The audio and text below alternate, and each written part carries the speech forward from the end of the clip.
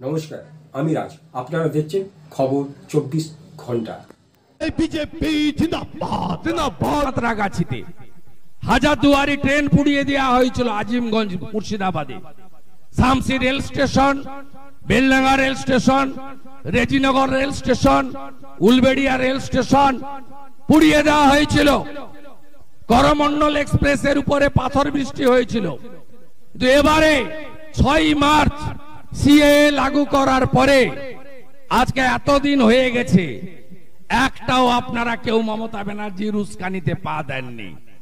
আপনারা বুঝেছেন এই ঠগি পিসি মিথ্যা কথা ছাড়া সত্যি কথা বলে না।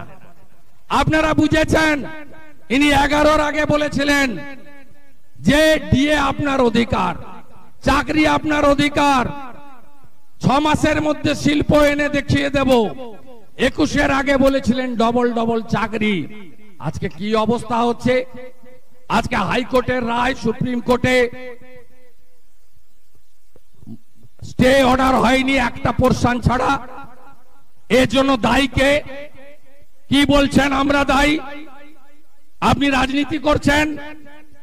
হাইকোর্টের জাজমেন্টে ডিভিশন বেঞ্চে যে হলফনামা এসএসসি দিয়েছে তার 242 নম্বর প্যারা অর্ডার কপিতে দেখুন এসএসসি কে যোগ্য